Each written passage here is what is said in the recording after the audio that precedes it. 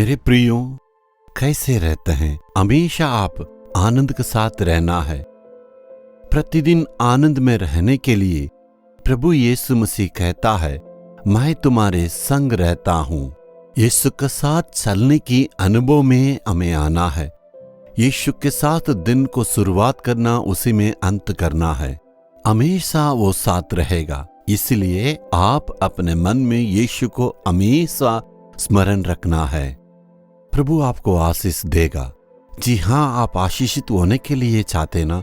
बेटा, मैं तुम्हें आशीष देता हूँ। बेटी, मैं तुम्हें आशीष देता हूँ।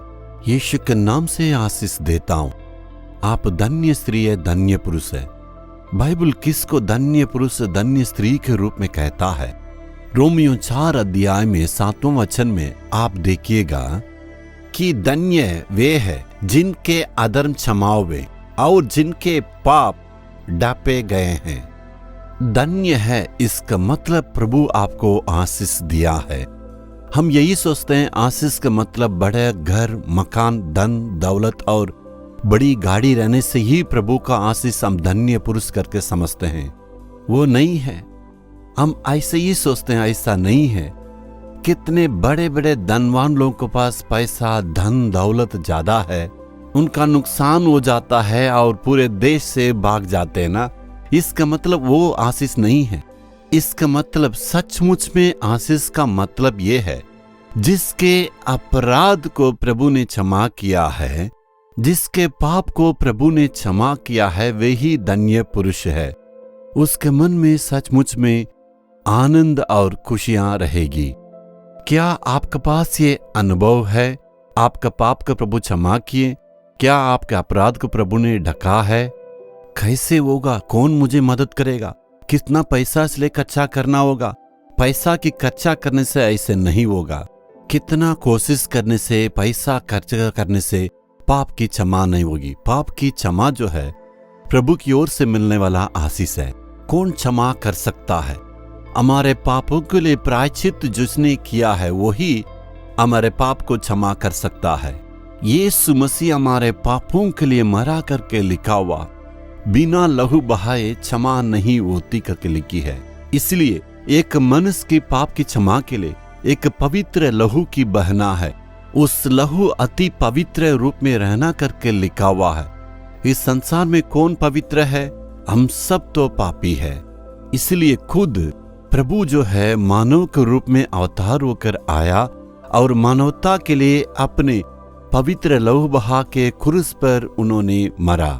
इसलिए वचन कहता है, यीशु मसीह का लहू हमारे पापों को धो के शुद्ध करता है। इसलिए हे प्रभु, तेरे लहू के द्वारा ही मेरे पाप को शुद्ध हो सकता है। तेरे लहू के द्वारा तू मेरे पापों को शुद्ध करना।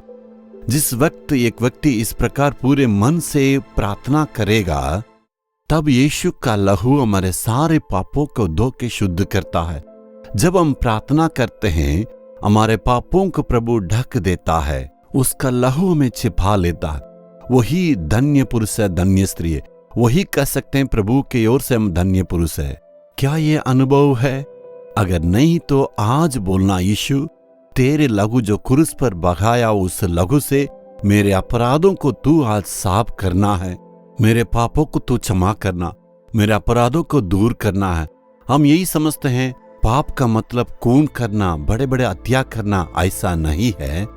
मनुष्य के हृदय में से उसकी नजर बुरी नजर होती है और दिल में व्यभिचार की विचार होती है और वो झूठ बोलता है, लड़ता है, ईर्ष्या करता है।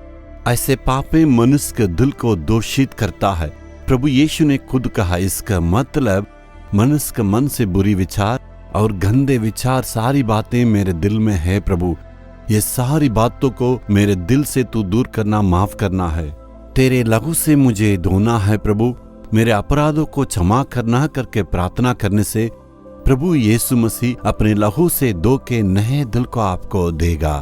उसी का मन साफ है, उसका मन शुद्ध किया हुआ, उसका मन में परमेश्वर की जो शांति और आशीष बरकरार रहता है।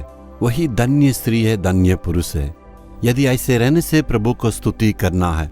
अगर नहीं तो आपके दिल में हाथ रखकर, हे यीशु तू ही मुझे मदद करना, मेरे पापों को तू प्रभु आज दूर करना करके आज प्रार्थना करेंगे। आज से आप परमेश्वर से आशीषित लोग प्रार्थना करेंगे। हे प्रभु, मेरे लिए यीशु तूने अपने लहू बहाया, अपने बोझों को उठाया, मेरे पापों को तूने क्षमा किया है। जो भी मैंने पाप किया हाथ से, विचार से और सभी बातों को तेरे लहू से तू धोना है। पूरे दिल को तू साफ करना है प्रभु। मेरे मन में तू प्रभु आज वास करना है। तू मेरे मन में आया है, मेरे पापों को तू बदला और प्रभु तू मुझको धन्य स्त्री के रूप में, धन्य पुरुष के रूप में बदला। स्तुति हो। यीशु मसीह के नाम से प्रार्थना मांगता हूँ। आमीन आमीन।